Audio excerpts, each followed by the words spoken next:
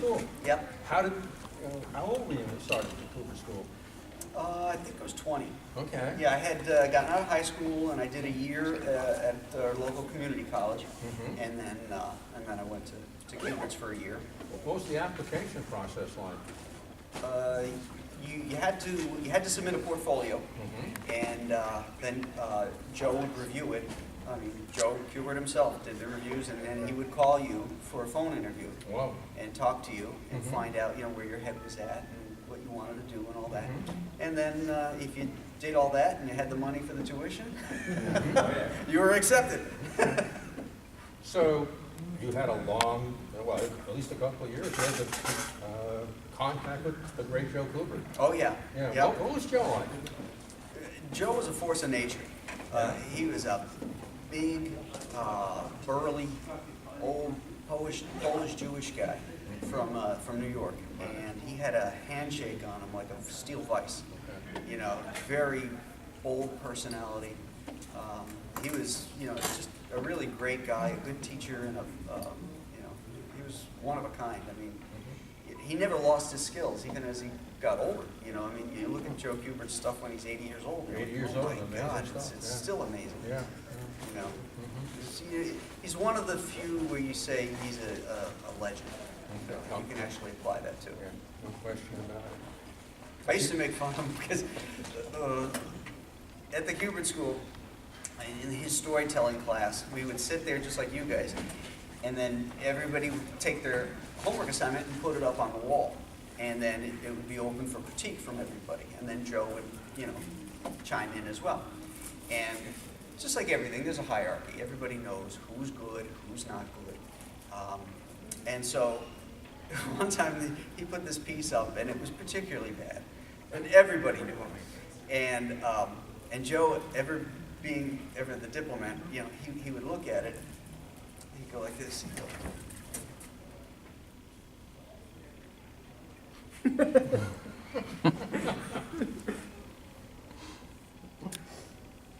that's a hell of an attempt. So I did that impression one time for the class, and Joe was standing at the back door when I did it. And and everybody's looking, and I turn around, there's Joe Sender, he's got these beady eyes like him. Son of a bitch. I always remember that was funny. You owe a lot to the school? I'm sorry? Do you owe a lot to the school? I think so. I mean, I never graduated. It was a 3-year school at the time. I went 1 year, couldn't afford to go back, so I went back to community college. Came back a second year, ran out of dough then too. And then I started getting job offers, so I didn't go back for my final third year, and because I started working in advertising and started getting some comic jobs. But, those years were intensive, and I learned a ton in the 2 years that I was there. Certainly enough, it was enough to jumpstart my budding career. I understand you met Mike Gold there. No, not Mike Gold. Who from D.C.? You met someone from D.C. there.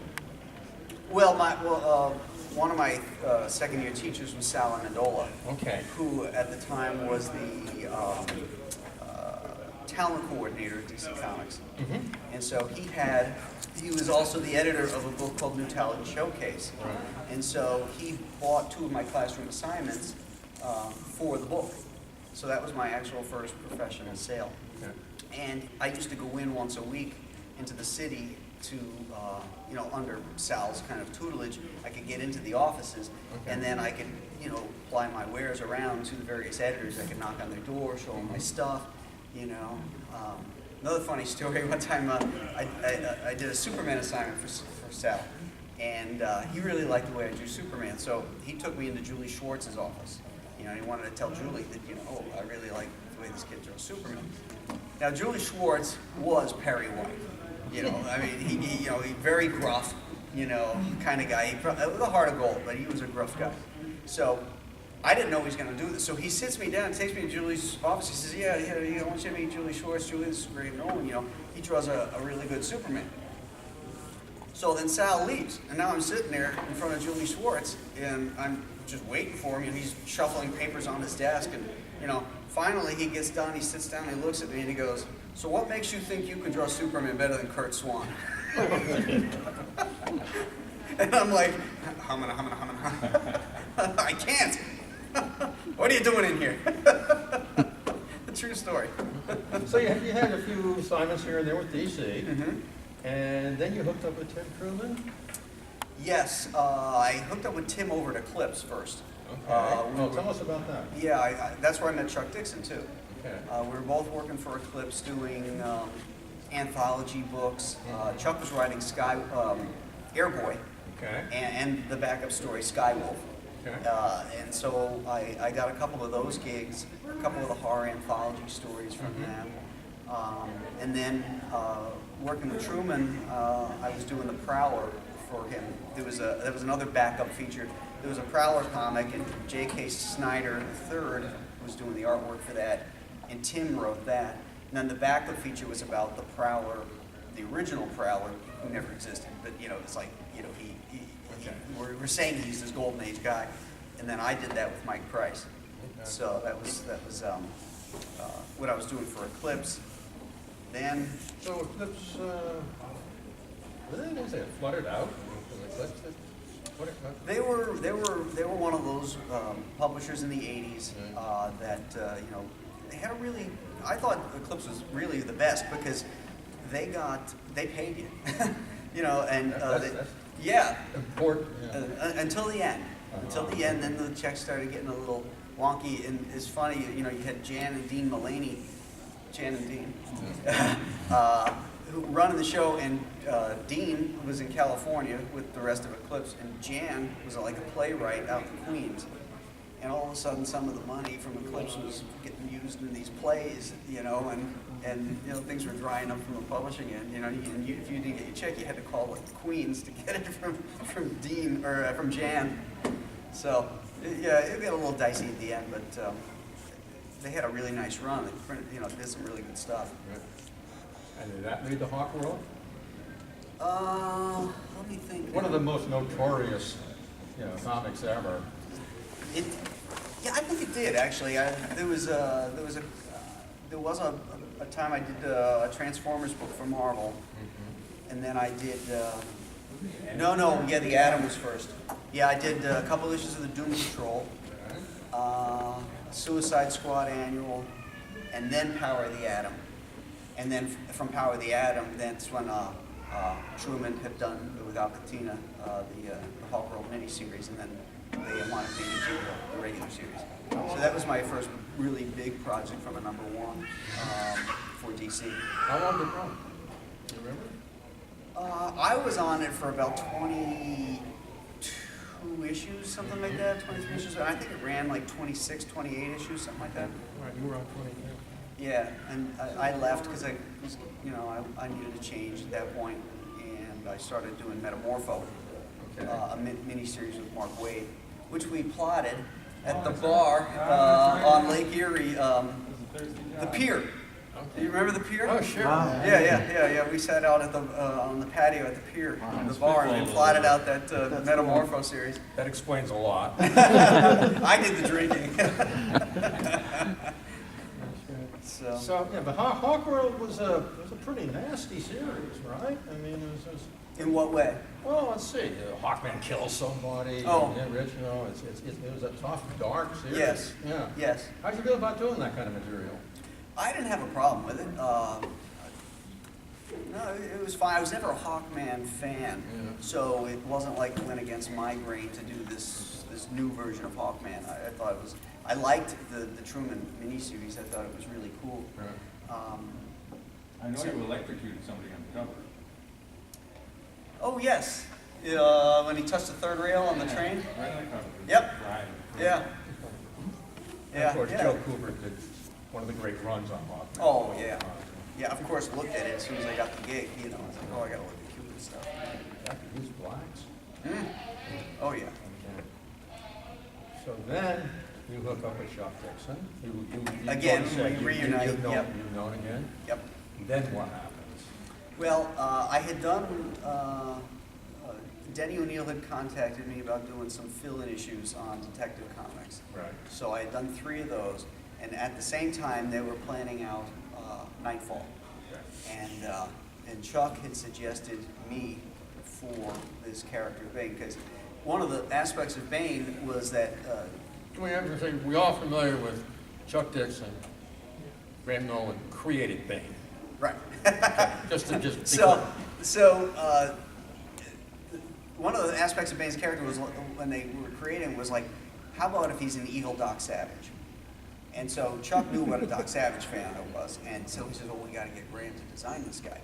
And so they contacted me, and I did the design and did Vengeance of Bane.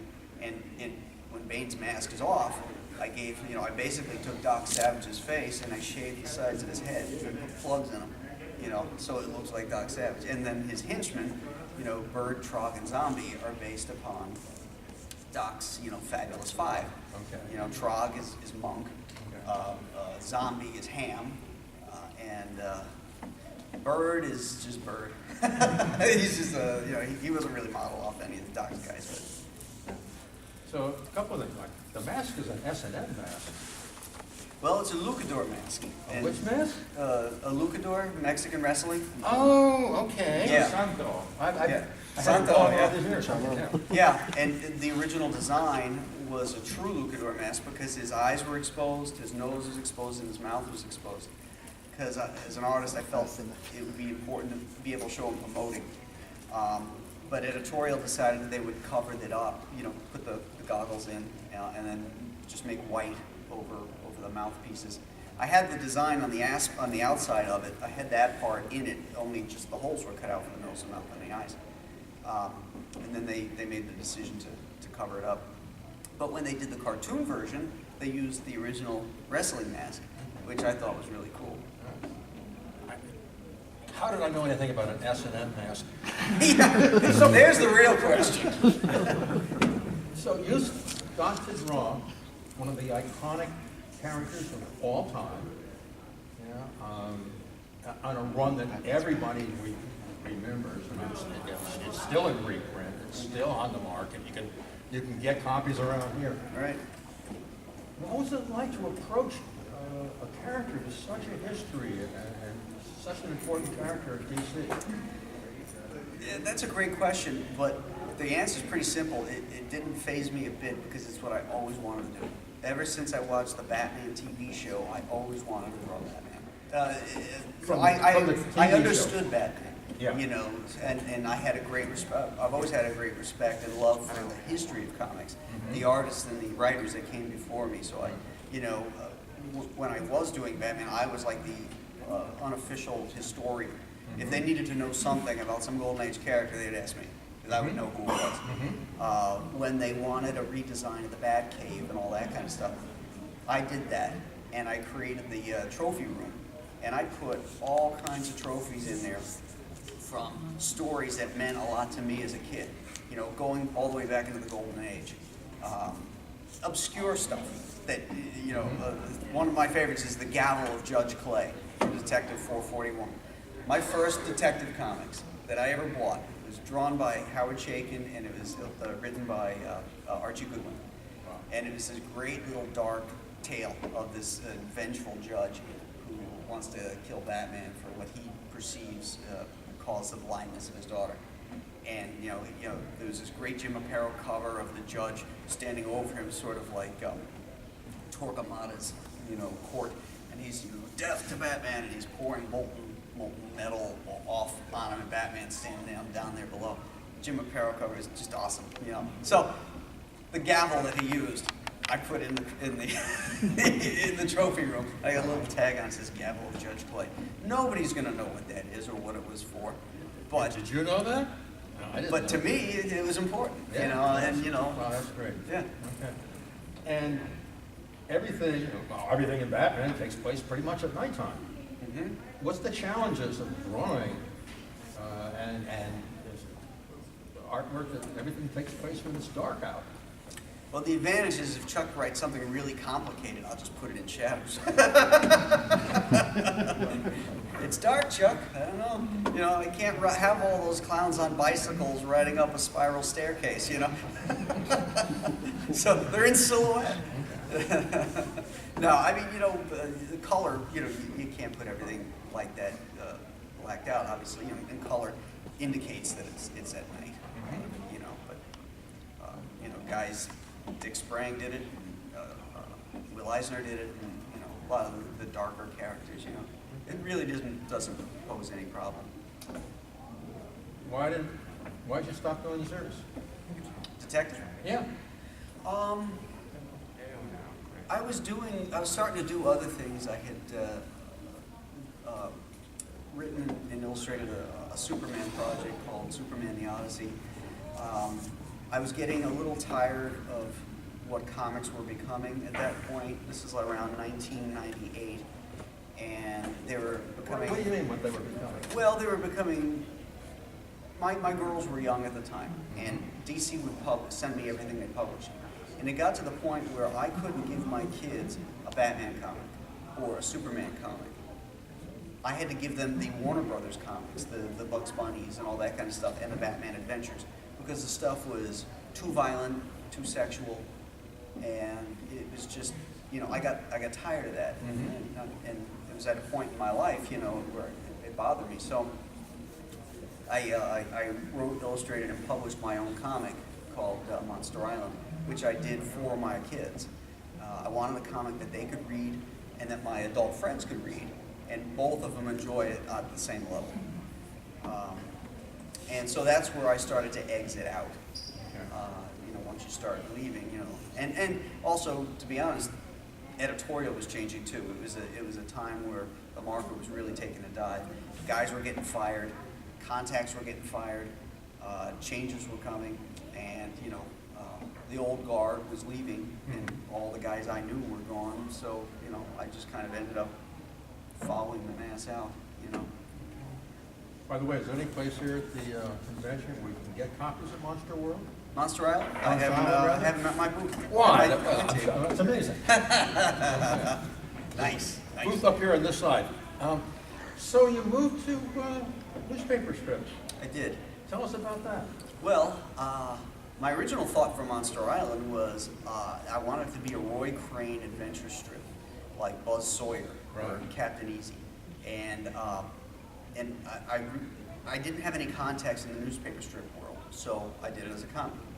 Once it was published as a comic, I decided, well, why don't I try and get it syndicated? So I reworked like the I don't know, first 12 pages or something like that into strip format, so that I had a month's worth of strips to send out. And I sent them out to all the syndicates.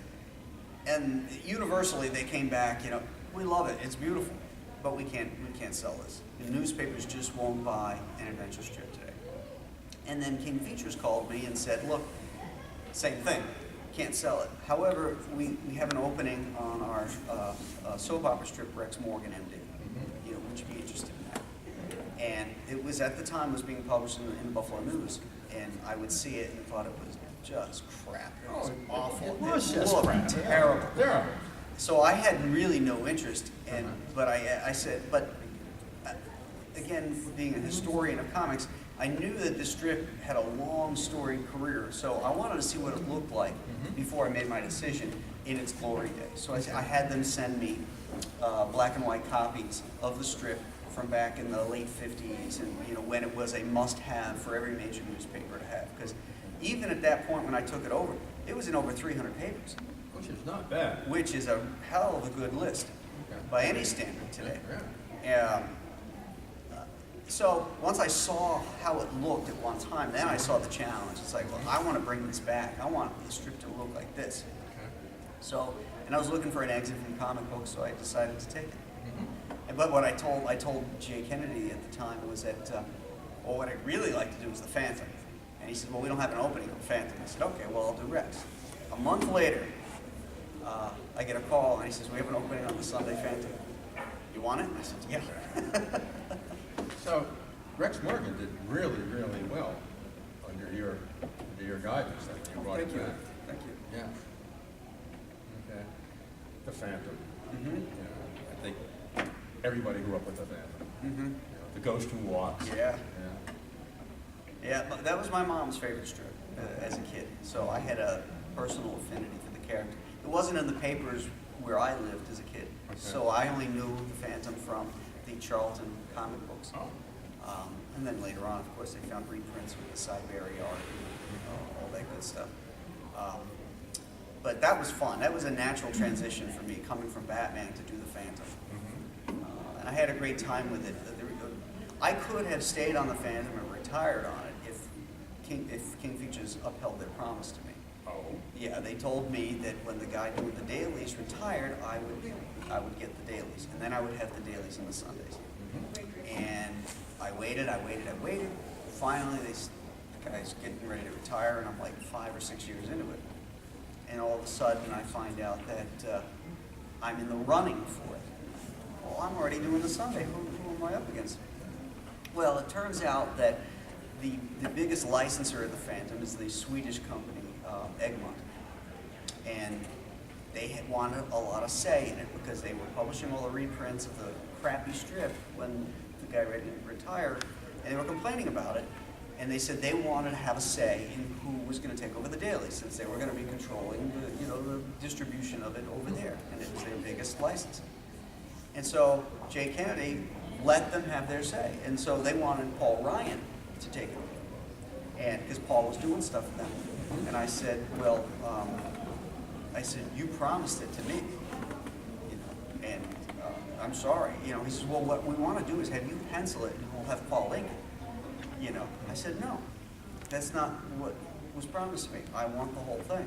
He says, well, it's going to be that or nothing. I said, well, then it's going to be nothing. So I walked. What's Greg Nolan up to these days? I'm working on a project for DC, which I'm not allowed to talk about. It's going to be a 12-issue series. Oh, really? Yeah.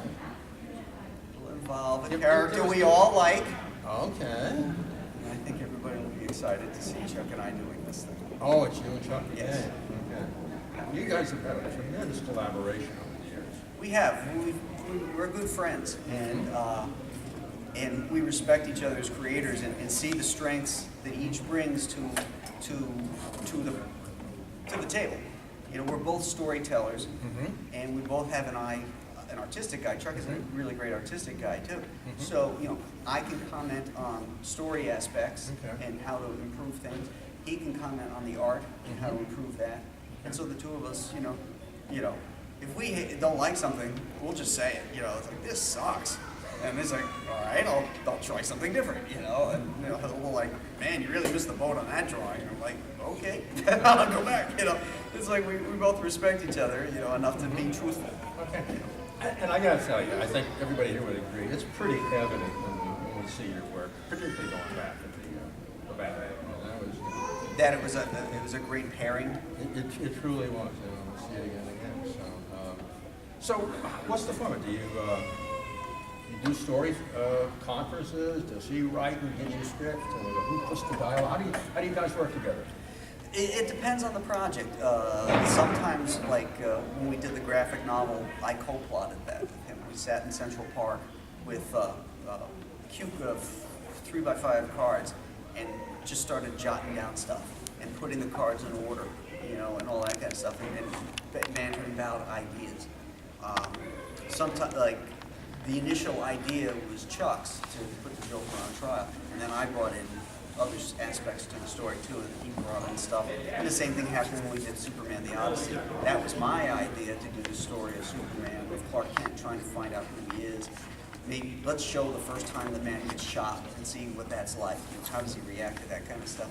And then he brought in aspects that I didn't do, Chinese assassin groups and stuff like that. So when we're doing something that's not, say, a monthly series, that's how it usually works. It's like one of us will come up with the idea, the other one will bounce it back and forth. Like the project we're working on now, he's the writer, so he'll write it, and he'll send me the full script. And then I'll read it, and I may change things, but it's his script, and so I try to enhance it, is the way I approach it, If he says, 6 panels on the page, and I think it needs 8, or I think it needs 4, I have the freedom to do 4, or 8, whatever it is, as long as I'm enhancing the story and getting the point across in a dramatic way that makes it better, that's how we work. That's great. Well, I've got a couple more questions, but first, let me throw it open. You want to take some questions? Yeah, sure. If anybody Okay, has who's any- got a question? Who's got a question for Graham? Did Superman Odyssey actually get published? Oh yeah. I have it in my bag. Is it in Hold it up. Show everybody what it looks like. Let's see. This is gonna take me half an hour, so.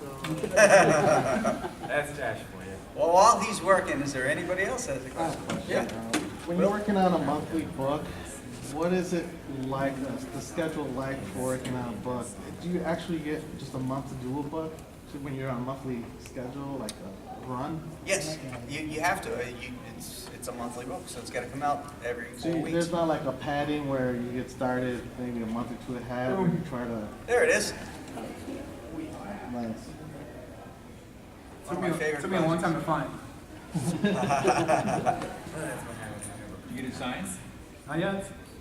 Um, I got plenty of things What's, signed. what's like your schedule like, something like, for a new artist like myself, like what to expect to, yeah. If you're working on a monthly, you get 4 weeks to pencil it. And as you turn in pages, the inker gets 4 weeks to ink it. But it's still, everything is done in 4 weeks because the first 5 pages you do, you're working on 6 through 10, he's working on 1 through 5. So the idea is when he's done with 5, when 1 through 5 is now in the letterer's hand, with the colorist's hands, the penciler's working on, to 15 through 20. And so so that way when everybody, at the end of 4 weeks, bam, it's done. wow. It's a conveyor belt, basically. And what's your like your daily life? What is it like, to be on a monthly book? An artist as yourself. Do you like work weekends? How does the hours work? Or because artists have specific time where it's like I'm not into it right now, or you have to fight through that. I mean, what's that like? Yeah, I have a set schedule. I get up in the morning and I go work. And then I work till dinner time. And then if I haven't hit my quota for the day or I need to work later, I'll do so. Or if there's nothing going on, I'll just work so I can get ahead. As that deadline starts creeping up and I realize I'm a few pages behind, then all of a sudden I'm working Saturdays too. It's really all deadline driven. You have to know your own pace. Okay. Obviously some stories are more complicated than others and they take longer because there's a complicated reference that's needed. There's a ton of people or things in it, that take a long time as opposed to a bunch of people talking in a room. It's like the goal is to do at least a page and a half, 2 pages a day. I mean, Yeah, you should at least be able to do a page and a half to 2 pages a day. If you want to make a living at it. Great question. Yeah. Who else?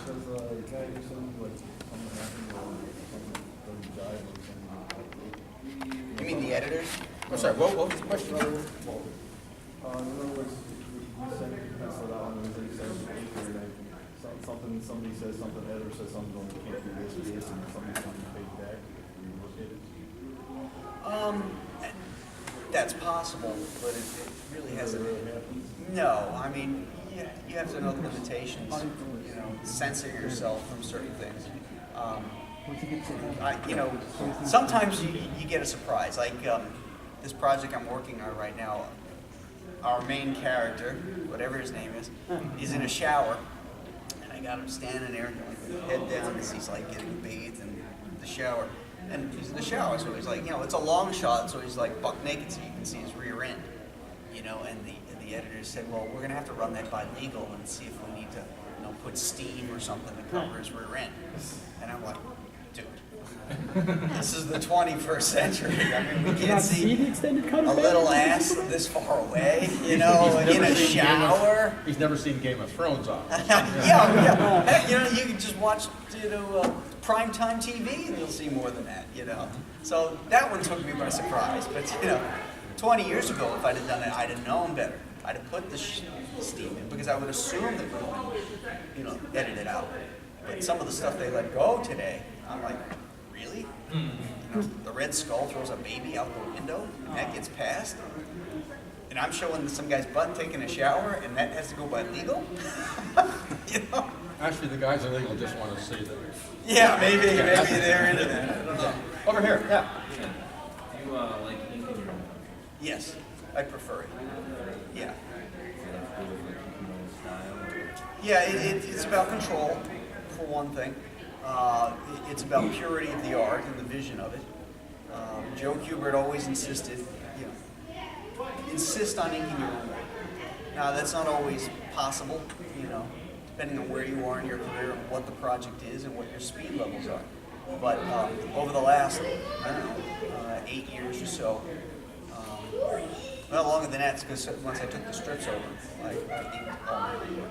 So I've been inking my own work since like 2001. Do you use any of the digital now, or do you like using the actual ink and brush? I sort of a hybrid. I mean, I use digital if I'm coloring it, or possible special effect. Like if I don't hand lay down zip-a-tone anymore, I can do that digitally if I wanted that kind of a look to it. But primarily, the original artwork it's all done on the board. Where I do tend to use digital work is in the layout stage. Like I got an iPad Pro, and I use a template, and I do all my layouts in my iPad Pro, and I transfer it to Photoshop on my computer, blow things up. With the iPad Pro, I can import photographs and stuff that I might need for reference. Like, let's say I hate drawing helicopters, so I'll get a helicopter photograph and I'll drop it into my layout, draw it, trace it, dump the photograph, and then once it goes to Photoshop, the drawing's done and everything's proportional and accurate. So that aspect in the layout stage makes things a little easier. Yeah, anything to expedite it, and make it look better. Great question. Yes, sir.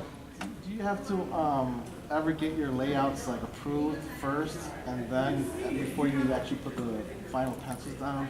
Does someone, like editor, someone sees it before you do that, or they trust you and you just do what you do? Well, as a courtesy, because when I'm making my own work, I don't pencil it really tight. So I do my layouts relatively tight. And as a courtesy, I'll send the layouts to the editor so that he can see what the finished page is going to look like. I got a call from Marvel one time a few years back to do this Captain America Hail Hydra project. And the editor says to me, well, what we'd like to do is we'd like to, approve your layouts ahead of time. I said, no. She said, well, why not? I said, because you're hiring me to tell a story, and my expertise is storytelling. So I'm not going to run my layouts by. She goes, oh, okay, all right, that's fine.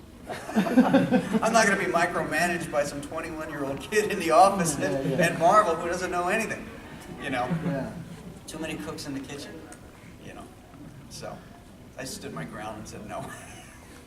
Yeah. This must have been later in your career, though, right? It was. Okay. Yeah. It was when I was confident in what I'm doing. Yeah.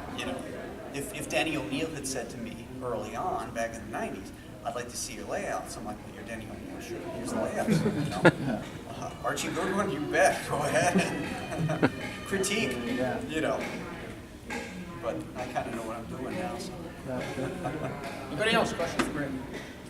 Yeah, Graham, you're such a dynamic comic book artist. Yes, go on. Yeah. Years on your page. How do you reconcile that with doing a comic strip like Rex Morgan, where it's talking heads? How do you keep it interesting? That was the trick. Yeah. That was the trick. I mean, I looked at the masters of that kind of stuff, and like Stan Drake and what's the guy? The guy who did Mary Perkins. We all know this. Leonard Starr. Leonard Starr. Absolutely, Yeah. I looked at those guys and how they laid out these sequences and stuff to make things interesting. How they moved the camera, put backgrounds in and stuff like that. So I used a lot of their techniques, but then also I used some of my comic book techniques to use perspective to draw the reader's eye, or bump things up. I'll put the figures talking in the background, but have a desk and perspective pointing at them so that the reader is drawn in, that kind of thing, to make it interesting, A, to draw, and B, to look at. But that was definitely the challenge, was to try and make it interesting when people were standing around for 6 months talking. Yeah, really. So, but, and again, under your, when you're doing the strip, it really took off, didn't it? Well, it didn't take off in that newspapers started picking it up, because once a newspaper drops a strip, that's it. They're not getting it back. But we held our line. We held that line in the sand. It was dropping off precipitously before I came on board. Okay. And then once I came on board, the bleeding stopped. Still 300 papers and that's. Yeah. Well, now it's dropped, but I've been off of it for a while. Anybody else? Okay, let's hear it. What was the issue number of the one Transformers that you did? I think it was 16. It was either 13 or 16. Or 15. I don't know if I 22. Was that It's the- one of those three. Do you remember if that was the one where the guy buys Megatron and like the whole thing is like he's walking around with his gun that's a giant transformer? No, That wasn't it? it was not that. It was a story about Bumblebee. The Volkswagen. Yeah. Yeah, it was a story about Bumblebee. Which was cool because I owned a Volkswagen. So it made it real easy for reference Is at it the yellow? time. Huh? Is it yellow? It's not yet, it was green. So, Graham, I think, most people, particularly the younger guys who attend these things, all have some idea that they like someday to do what you do. What advice would you offer? Well, if you want to draw comics, you have to learn to draw. You got to have good drawing skills. And B, essential, you have to be able to tell a story with pictures. That's the thing. And do it clearly and excitingly. The clearly part, nowadays, it's okay. The exciting part is what's missing. I was talking to somebody yesterday about this. I just picked up a comic recently where people were talking, and they were talking dramatically because it's a comic, superhero comic, and they're just standing. Everybody's vertical. Everybody's standing like this. Nobody's bent over. Nobody's doing anything. There's easy ways of making it look exciting, even when there's no excitement in what's happening, and that seems to be a lost art. Stan used to talk about, in Marvel, we don't reach for the salt. We reach for the salt, So those are the kind of things that you have to think about to pump up the panels, give it some edge of excitement and drama. It's like exaggerated and over-exaggerated. Yeah, right, but and it's important to do that specifically in action sequences. You don't necessarily want to over-exaggerate with a sort of a benign scene. Like, I was making sort of a joke about reaching for them. I wouldn't do that, because there's actual nuances too. The other side of that coin is somebody will have somebody holding a cup of coffee like this, and that's not natural. I want to see somebody like Hal there with his legs crossed and his arm back, and he's holding the, so there's a nuance there, and that looks better, than something over the top. So you have to kind of learn where to push and where to pull. Okay, final question for me. You've been doing this for a while. Seen a lot of changes in the industry. 33 years. You're a lad. That's when Abel Jr. was born, 33 years ago yesterday. Is he 33? Yesterday. Wow. And a lot of changes in the industry. Where do you see it going? I mean, there's a lot of challenges, particularly with all the stuff that's online now. Yeah, I'm not one of those people that thinks that print is going away. I think digital is here to stay, but I don't think print will go away. People like to have, there's a sense of ownership when it's something that's tactile. Like, I'll buy comics for my iPad just like if I'm traveling, it's cool to have, but I don't really feel like I own them, I mean, there's nothing there. They're just, it's like buying music, and it's just in the air. It's sort of magical. I don't get a sense of ownership or real connection to it if I actually have something physical. So I think that it would be a long, long time coming if they stopped publishing hard copy. But I think that digital is here to stay, as I said, and that it's going to become more and more prevalent. But comics, you know, like Will Eisner said, there'll always be a visual storytelling of some type, you know, and that marriage of words and pictures is something that, you know, whether they're superhero comics like is the most in the United States, or if we start going more towards the European feel of that every genre is fair game, like we used to be here. I think that you know, comics are, you know, they're doing well now. You know, the numbers I'm seeing is they're going back up. People are getting into them again, and you know, I think that's a great thing. Kids are getting them, even if they're learning about them through these movies and TV shows. You know, they seem to be picking up the hard copies and the digital copies because the sales numbers from Diamond seem to be going up versus, you know, 5-10 years ago. So that's a good sign. And probably a good thing then. Ladies and gentlemen, one of the all-time greats, Graham Nolan. Thanks for coming, guys. Appreciate it. He thinks he's safe. Doesn't think we know his patterns, his vulnerabilities. We know where his girlfriend lives and how to get at his sidekick. He's faced one clown before, but soon he'll face the Clown Syndicate. There's more than one way to peel a potato.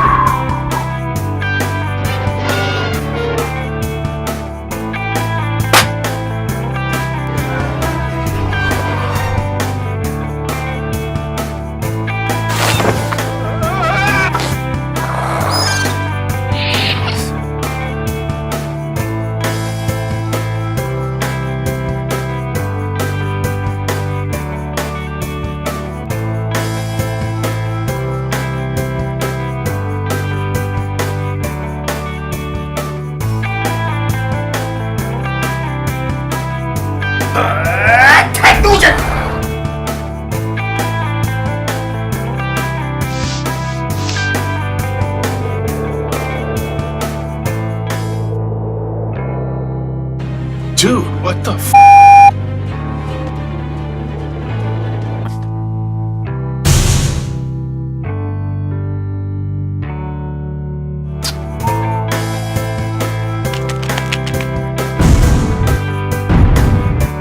Oh man.